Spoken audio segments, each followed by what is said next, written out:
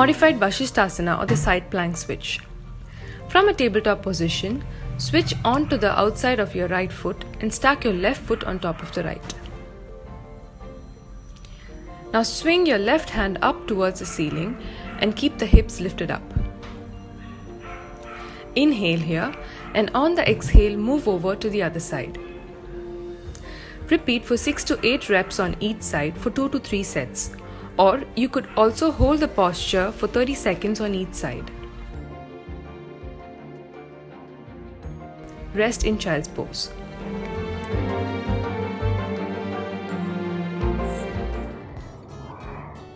So you're going to sit in Vajrasana, and from here you're going to take your hands in your all fours. Again, your shoulder and your arm in one line, and your hips and your knees in one line. Now tuck your toes. You come up in high plank. When you come up in high plank, if you feel your shoulder is not in line with your wrist, you have to walk slightly back depending upon the length of your limbs. And you stay strong here. So in your high plank, do not arch your back, do not push your hips up. So start from your high plank with your stomach sucked in, your thighs very tight and squeezed in, and your arms straight. Now from here, the first variation is to drop your knees.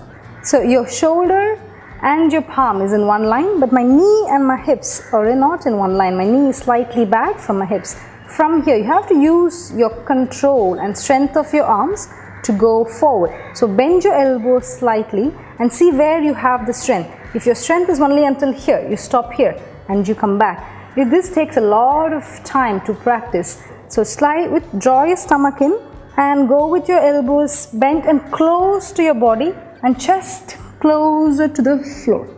Stay here. As you inhale, you come back up. This is the first variation. The second variation, or the final posture, is going to be from here, from your plank. So you're not going to push your chest down, hips up. You're not going to do anything. You're going to go like a stick. Your upper body on the top of high plank, it's going to be like a stick, and you're going to go straight down to the floor. Bend your elbows, squeeze your stomach, shoulders open, stay here, and slowly relax. So the most common mistakes in this people will do is keeping your knees down. The first variation, you try to go with your chest down and your hips up. No, your body should be in one straight line. So just go straight down here. And the second mistake they will do is going to the floor flat. So that you also have to avoid. If you cannot do until even the first variation, you stay here. Squeeze your arms. Stay here. Come back up. Namaste. In today's video, we will be showing you how to perform Purvottanasana or upward plank pose. Those of you with wrist injuries or weak wrists are advised to proceed with caution. As a preparation, it is advisable to practice reverse tabletop a few times before attempting the final version of Purvottanasana or upward plank pose.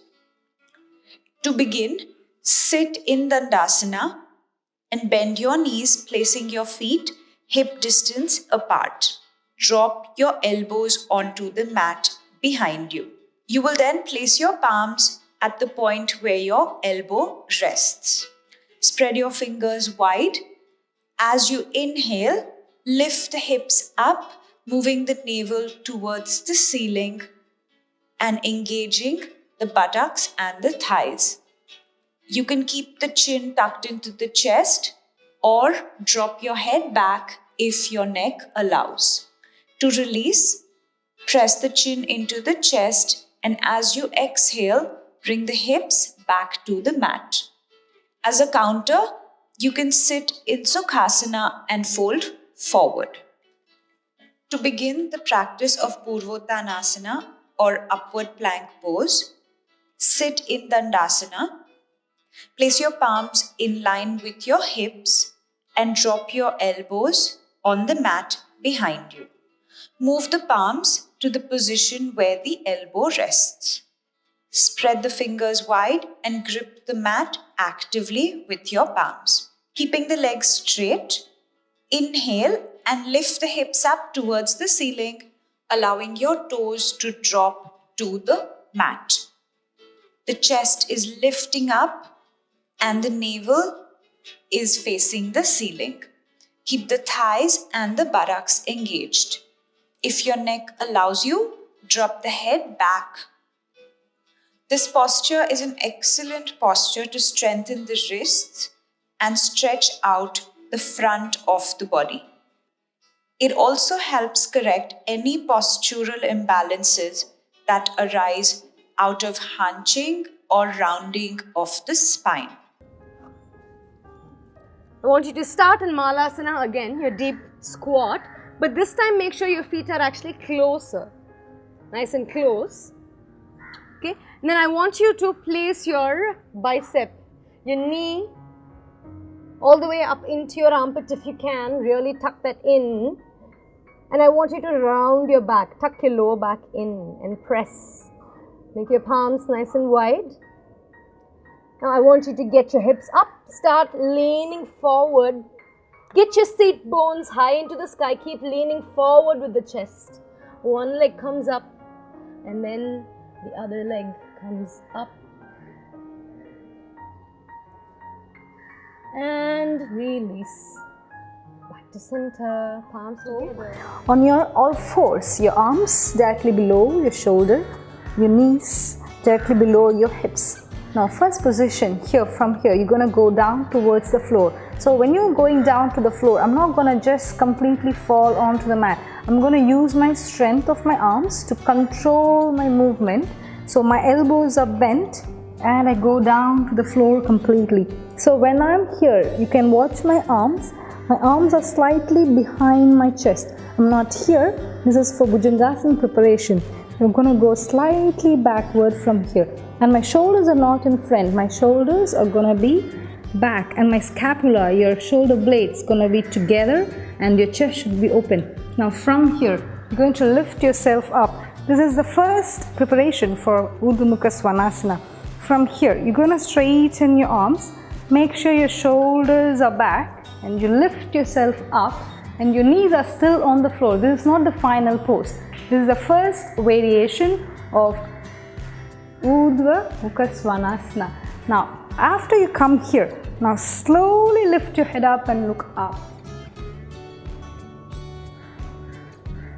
I'm not going like this. I'm trying to lift my chest up. So do not squeeze your shoulders in front. If you're going to squeeze your shoulders, that means you don't have enough strength in your arms. So for that you can just do Bhujangasana. If you want to develop more strength, I want you to keep your arms straight. Rotate your shoulders back and lift your head up. This is the first step. And slowly when you come down with control, you come down towards the floor.